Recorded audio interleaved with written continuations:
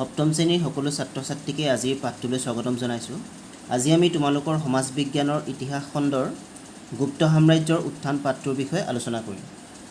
ইয়াৰ আগৰ ক্লাছত আমি মৌৰ্য যুগৰ পৰৱৰ্তী ভাৰতবৰ্ষৰ বিষয়ে আলোচনা কৰিছিলোঁ আৰু তোমালোকে পাইছিলা যে মৌৰ্য যুগৰ পৰৱৰ্তী সময়ত ভাৰতবৰ্ষত বহুতো দেশীয় ৰাজ্যই আৰু বহুতো বিদেশী জাতি জনগোষ্ঠীয়ে ৰাজত্ব কৰিছিল। দেশীয় যিবিলাক ৰাজ্য আছিল বা শক্তি আছিল সেইবিলাকৰ বিষয়ত আমি শুংগ বংশ, সাতবাহন আৰু চেদি বা শ্বেতবংশৰ বিষয়ে পঢ়িছিলোঁ। আৰু বিদেশী যিবিলাক জাতি জনগোষ্ঠী আছিল তাৰ ভিতৰত তোমালোকৰ কিতাপত দিয়া আছিল ইণ্ডো গ্ৰীকসকল, হক, পাৰ্থিয়ান আৰু কুষাণসকল। এইবিলাকৰ বিষয়ে আমি আলোচনা কৰিছিলোঁ আৰু তোমালোকে আকৌ এবাৰ এই পাঠটো ভালকৈ পঢ়িবা। আৰু তোমালোকৰ কুষাণ বংশৰ কথা যি দিয়া আছিল আৰু সেই কুষাণ বংশৰ পতনৰ পাছতেই খ্ৰীষ্টীয় তৃতীয় শতিকাৰ আৰম্ভণিতে বা তৃতীয় শতিকাৰ মধ্যভাগত শ্ৰীগুপ্তই মগধত গুপ্ত সাম্ৰাজ্যৰ প্ৰতিষ্ঠা কৰিছিল আৰু সেই গুপ্ত সাম্ৰাজ্যৰ বিষয়ে এই পাঠটোত তোমালোকে পঢ়িবলৈ পাবা। আহাচোন এতিয়া আমি পাঠটো আৰম্ভ কৰোঁ। এতিয়া পাঠটোত তোমালোকৰ গুপ্ত সাম্ৰাজ্যৰ কেনেকৈ প্ৰতিষ্ঠা হৈছিল তাৰ বিষয়ে থুলমূলকৈ দিয়া আছে আৰু পাঠটোত তোমালোকৰ গুপ্ত যুগত বহুকেইজন ৰজাই ৰাজত্ব কৰিছিল, কিন্তু সকলো ৰজাৰ বিষয়ে ইয়াত দিয়া নাই। যিকেইজন গুৰুত্বপূৰ্ণ ৰজা বা ইতিহাসত যিকেইজন ৰজাৰ অৱদান আছে তেওঁলোকৰ কথাহে পাঠটোত দিয়া আছে। প্ৰথম 7জন গুপ্ত সম্ৰাটৰ আনুমানিক সময় বুলি তোমালোকৰ কিতাপত দিয়া আছে, এইখন ভালকৈ চাবা। ইয়াতে দিয়া আছিল গুপ্ত সাম্ৰাজ্যৰ যিজন প্ৰতিষ্ঠাপক শ্ৰীগুপ্ত, তেওঁ 240 খ্ৰীষ্টৰ পৰা 280 খ্ৰীষ্টাব্দৰ ভিতৰত ৰাজত্ব কৰিছিল আৰু ইয়াত শেষত দিয়া আছিল স্কন্দগুপ্তৰ কথা। কিন্তু স্কন্দগুপ্তৰ পিছতো বহুকেইজন গুপ্ত সম্ৰাটে ৰাজত্ব কৰিছিল আৰু তেওঁলোকৰ বিশেষ অৱদান নাই কাৰণে তেওঁলোকৰ কথা ইমান ইতিহাসত উল্লেখ নাই। তাৰ পাছতে এই ৰজাসকলৰ ভৌগোলিক অৱস্থানৰ বিষয়ে তোমালোকে পঢ়িবলৈ পাবা।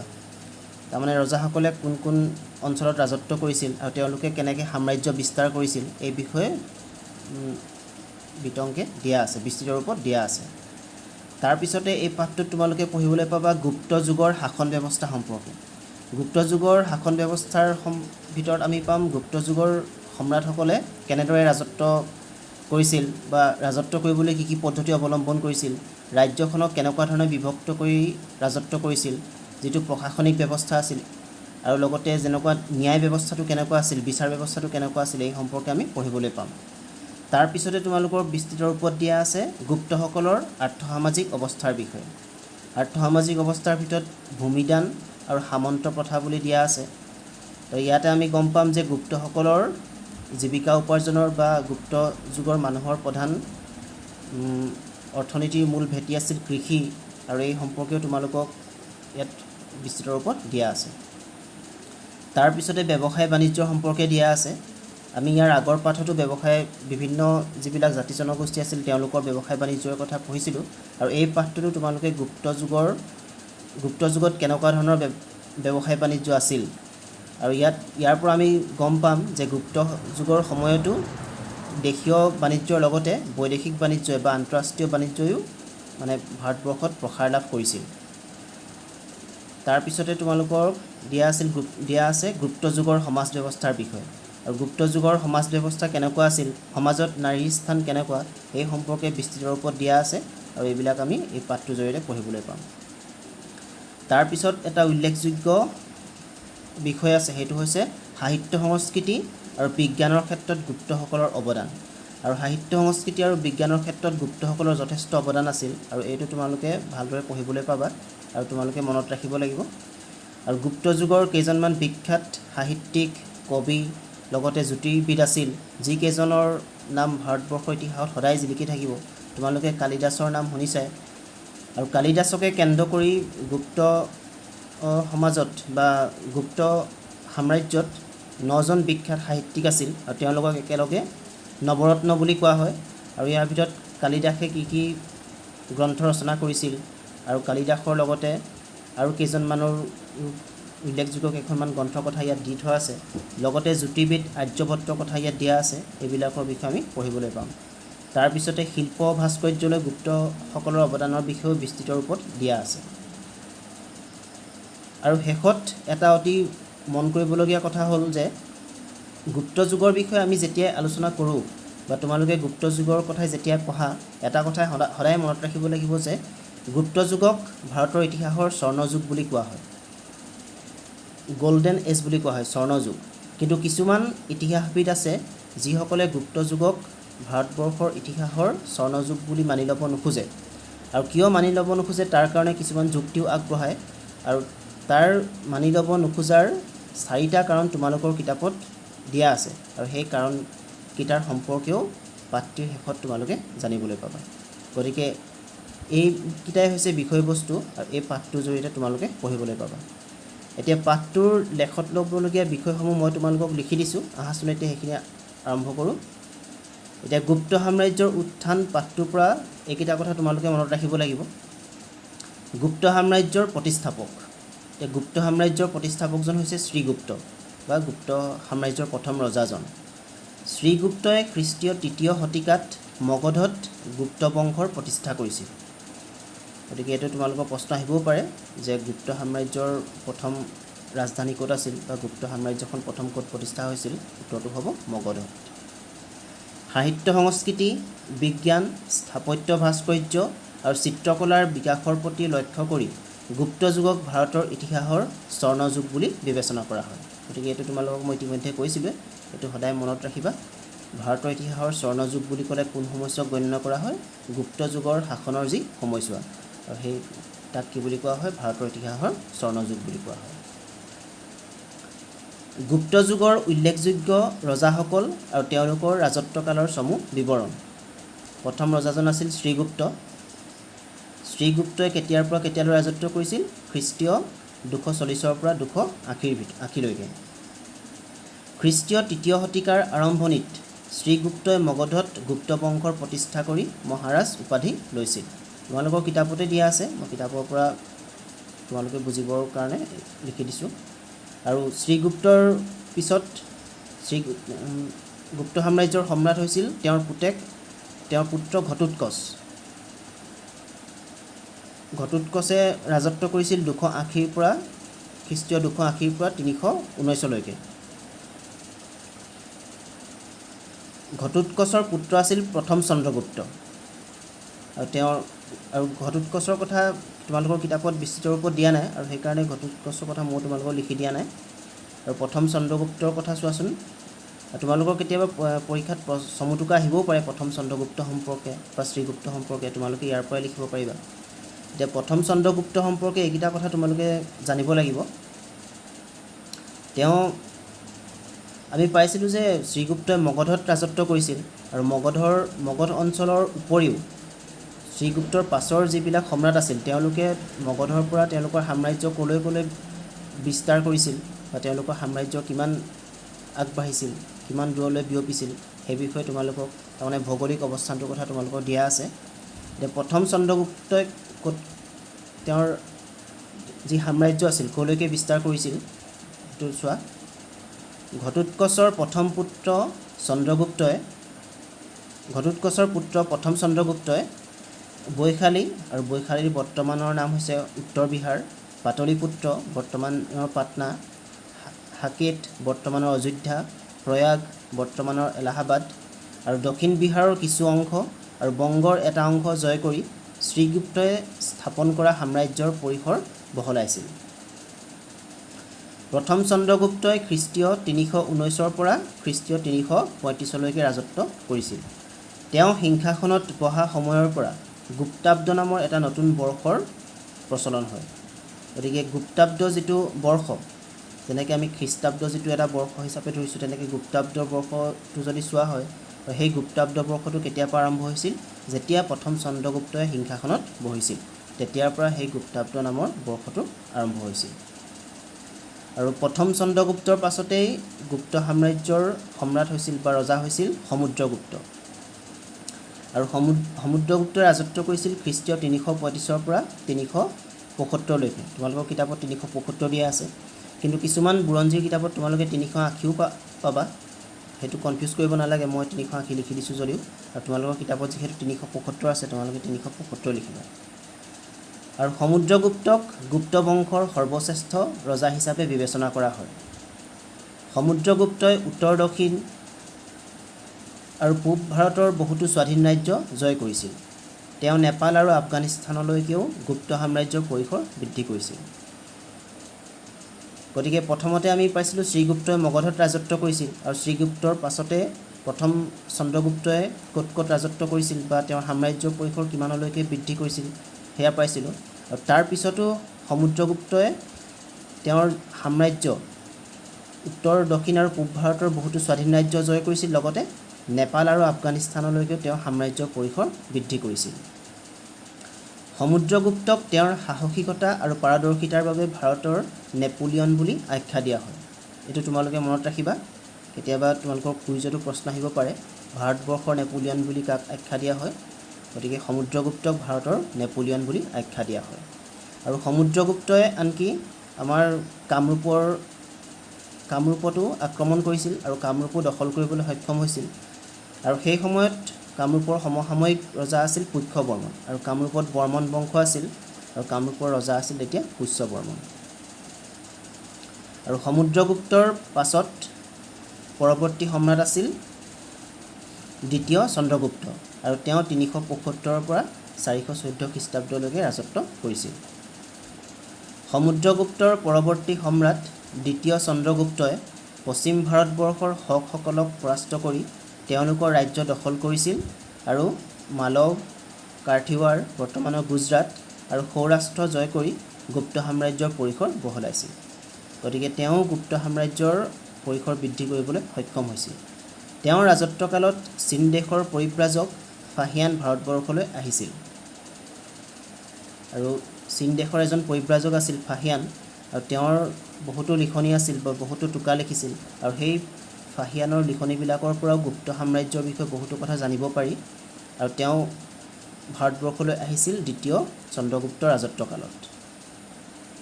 আৰু দ্বিতীয় চন্দ্ৰগুপ্তই হকাৰী আৰু বিক্ৰমাদিত্য উপাধি গ্ৰহণ কৰিছিল বা উপাধি লৈছিল। দ্বিতীয় চন্দ্ৰগুপ্তৰ পাছৰ যিজন উল্লেখযোগ্য ৰজা আছিল বা যিজন ৰজা আছিল সেইজন হৈছে প্ৰথম কুমাৰগুপ্ত বা কুমাৰগুপ্ত। প্ৰথম কুমাৰগুপ্তৰ সম্পৰ্কে তোমালোকৰ কিতাপত দিয়া নাই, কিন্তু তেওঁ ৰাজত্ব কৰিছিল, কেতিয়া ৰাজত্ব কৰিছিল সেইটো দিয়া আছে। তেওঁ খ্ৰীষ্টীয় 414 পৰা 455লৈকে ৰাজত্ব কৰিছিল। আৰু তেওঁৰ ৰাজত্বকালৰ এটা উল্লেখযোগ্য অৱদান আছিল নালন্দা বিশ্ববিদ্যালয়ৰ নিৰ্মাণ কাৰ্য। গুপ্ত যুগৰ সময়তেই বা ভাৰতবৰ্ষৰ প্ৰাচীন কালতো কিছুমান বহুতো উল্লেখযোগ্য বিশ্ববিদ্যালয় আছিল, আৰু তাৰ ভিতৰত এখন অন্যতম লেখত ল'বলগীয়া হৈছে নালন্দা বিশ্ববিদ্যালয়। আৰু সেই নালন্দা বিশ্ববিদ্যালয়ৰ নিৰ্মাণ কাৰ্য গুপ্ত সম্ৰাট প্ৰথম কুমাৰগুপ্তৰ দিনতে হৈছিল। আৰু নালন্দা বিশ্ববিদ্যালয়ৰ কথা তোমালোকে বেলেগত হয়তো পঢ়িবলৈ পাবা। ভাৰতবৰ্ষৰ এখন উল্লেখযোগ্য বিশ্ববিদ্যালয় আছিল, কিন্তু তুৰ্কীৰ আক্ৰমণৰ ফলত এই নালন্দা বিশ্ববিদ্যালয় ধ্বংসপ্ৰাপ্ত হৈছিল। তুৰ্কীসকলে 1190 চনৰ পাছত ভাৰতবৰ্ষত আক্ৰমণ কৰিছিল, আৰু তেতিয়াই নালন্দা বিশ্ববিদ্যালয়ৰ লগতে আন কিছুমান উল্লেখযোগ্য যিবিলাক বিশ্ববিদ্যালয় আছিল সেইবিলাকৰ ধ্বংস হৈছিল। আৰু স্কন্দগুপ্তৰ কথা তোমালোকৰ কিতাপত দিয়া আছিল।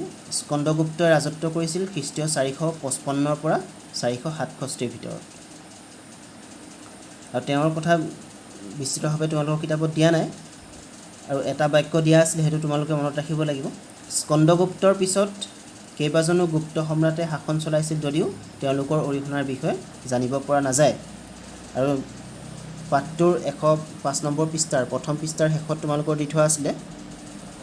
আৰু স্কন্দগুপ্তৰ পাছত বহুকেইজন গুপ্ত সম্ৰাটে গুপ্ত সাম্ৰাজ্যত শাসন চলাইছিল।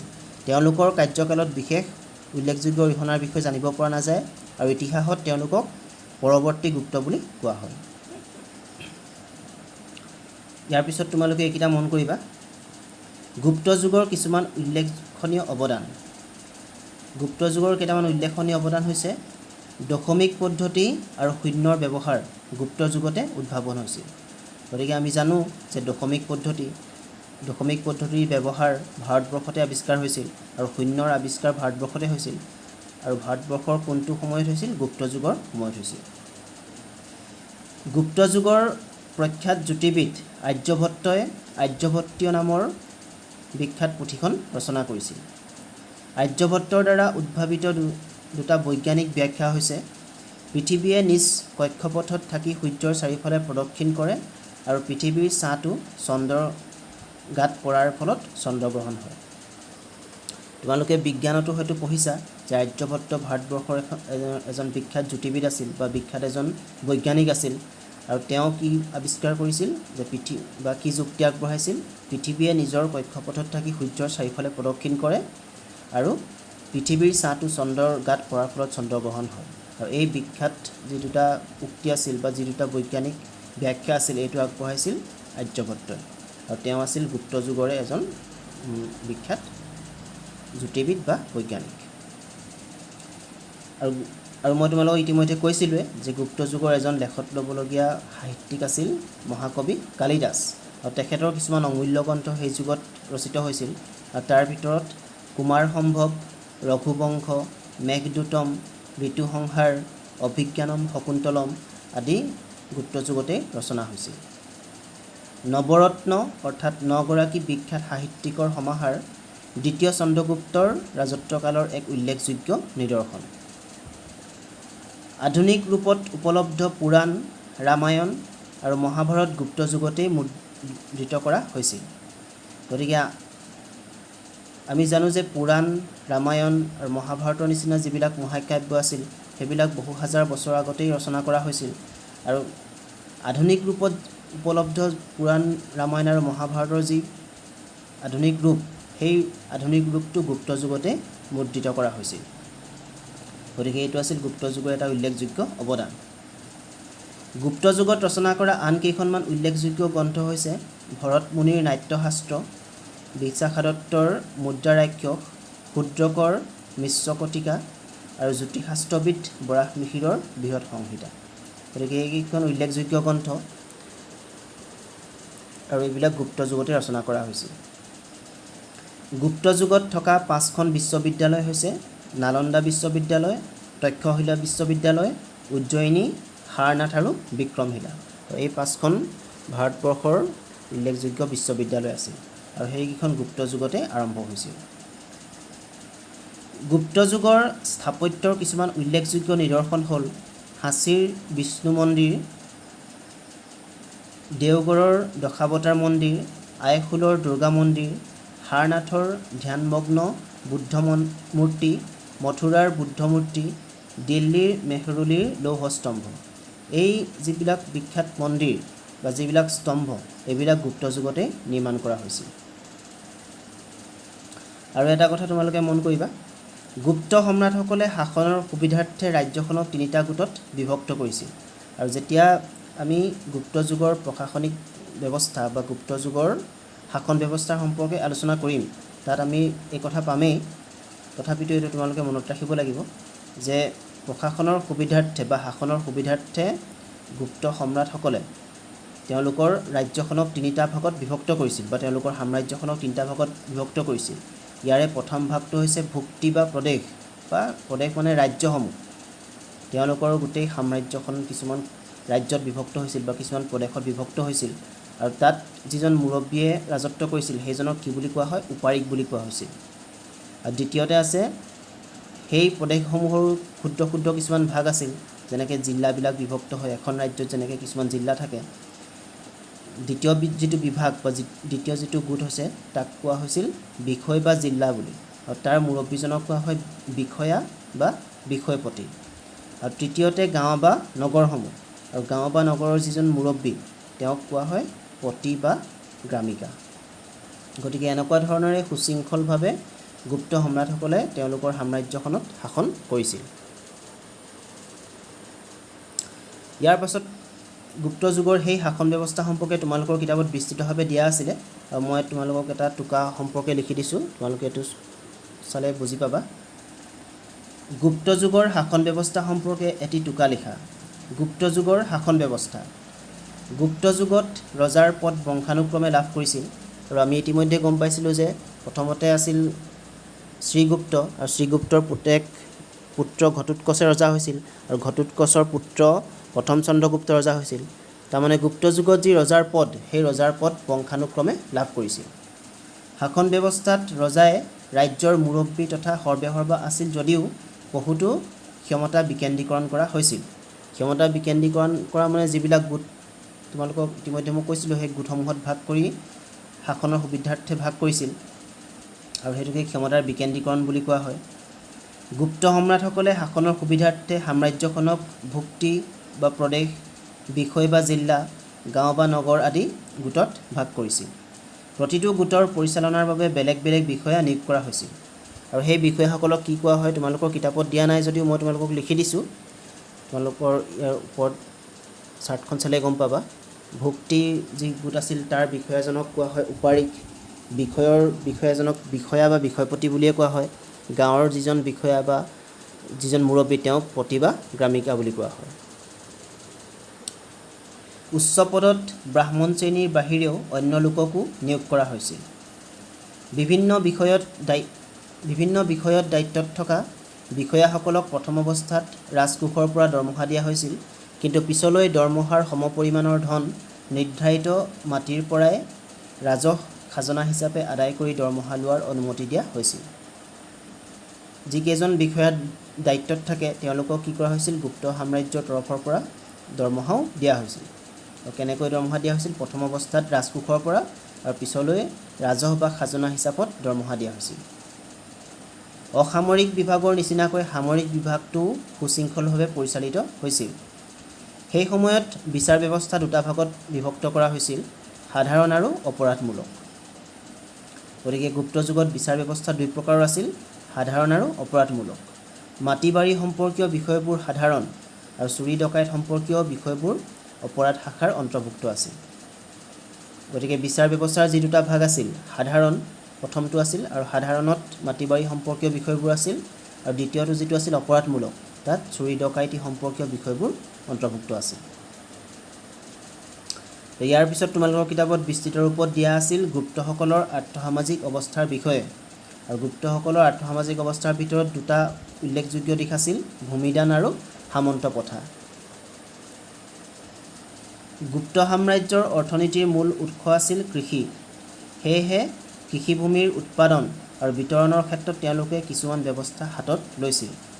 কৃষিৰ উৎপাদন বৃদ্ধিৰ বাবে খেতি পথাৰত পানী যোগানৰ ব্যৱস্থা কৰিছিল।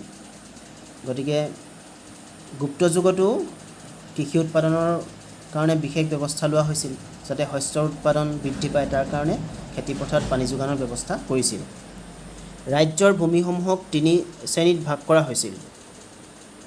ৰাষ্ট্ৰৰ মালিকাধীন ভূমি, দৰমহাৰ পৰিৱৰ্তে এনে ভূমি ৰাজ কৰ্মচাৰীৰ মাজত বিতৰণ কৰা হৈছিল। চৰকাৰী উৰ্বৰা ভূমি, ব্যক্তিগত কৃষিভূমি। গতিকে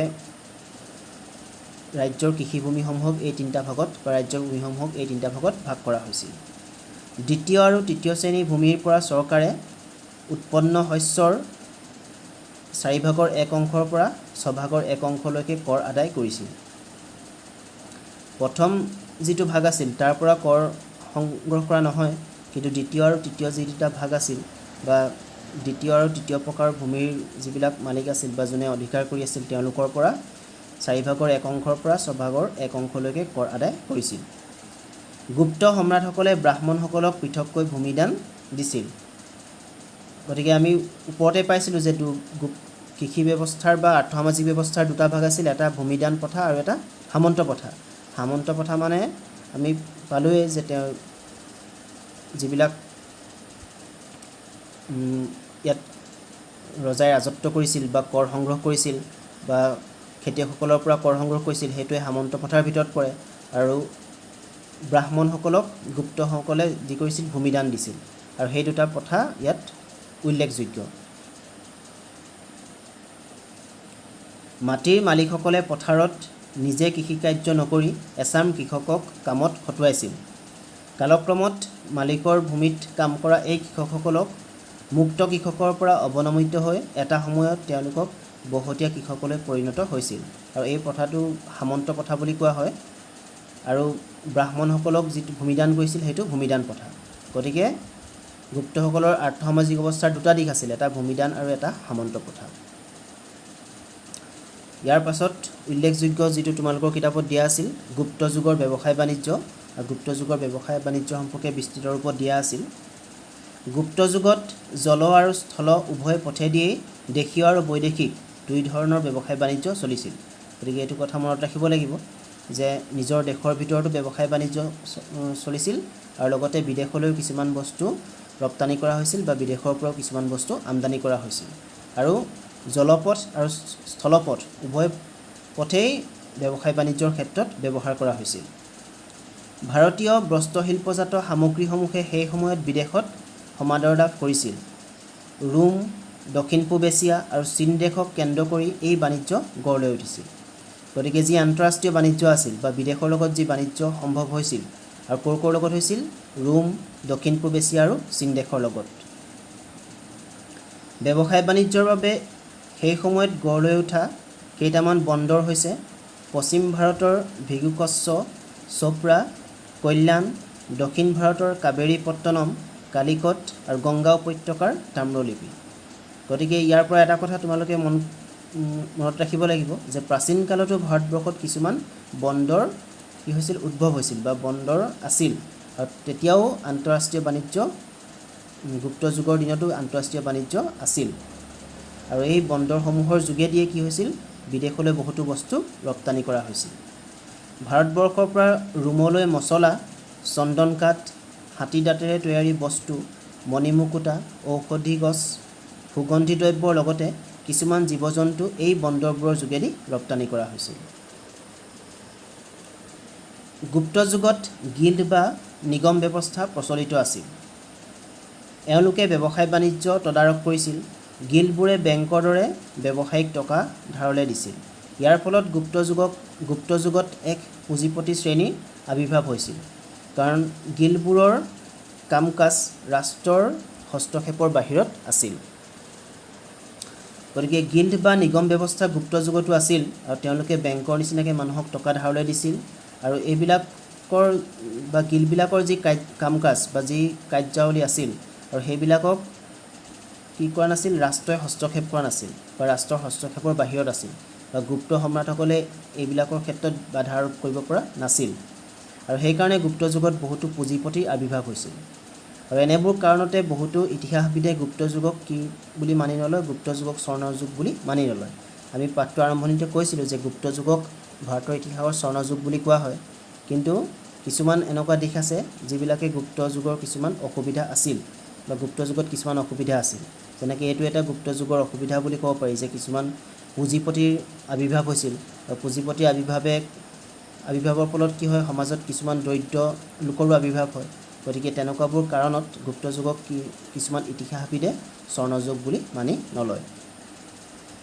ইয়াৰ পিছত বিস্তৃত ৰূপত দিয়া আছে গুপ্ত যুগৰ সমাজ ব্যৱস্থা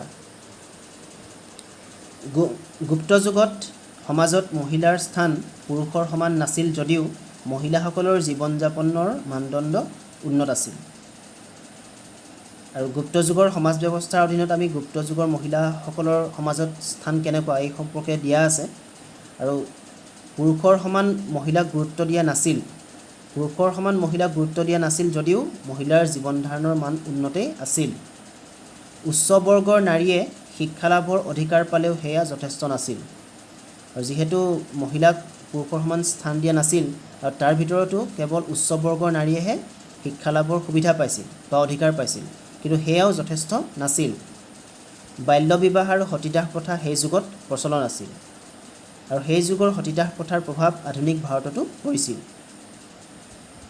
গুপ্ত সমাজত 4 প্ৰকাৰৰ বৰ্ণৰ উপৰিও কিছুমান ন বৰ্ণৰো সৃষ্টি হোৱা দেখা গৈছিল কিয়নো সেই সময়ত উত্তৰ পশ্চিম পথেদি বহুতো বিদেশী শক্তি আহি ইয়াত নিগাজিকৈ থাকিবলৈ লৈছিল সেই সময়ত ব্ৰাহ্মণ আৰু ক্ষত্ৰিয়সকলৰ প্ৰতিপত্তি তথা সামাজিক মৰ্যাদা বৃদ্ধি পাইছিল গতিকে আমি যি 4 বৰ্ণৰ কথা জানো সেই 4 বৰ্ণ গুপ্ত সমাজতো দেখা গৈছিল লগতে সেই 4 বৰ্ণৰ উপৰিও আন কিছুমান ন বৰ্ণৰো গুপ্ত যুগত দেখা গৈছিল কাৰণ ভাৰতবৰ্ষৰ উত্তৰ পশ্চিম দিশেদি বহুতো বিদেশী শক্তি আহি নিগাজিকৈ থাকিবলৈ লৈছিল তাৰ ফলস্বৰূপে 4 বৰ্ণৰ উপৰিও আন বৰ্ণৰো কি হৈছিল উদ্ভৱ হৈছিল আৰু সেই সময়ত বা গুপ্ত যুগৰ সময়ছোৱাত ব্ৰাহ্মণসকলৰ আৰু ক্ষত্ৰিয়সকলৰ বেছি প্ৰতিপত্তি আছিল বা তেওঁলোকৰ সামাজিক মৰ্যাদা বেছিকৈ বৃদ্ধি পাইছিল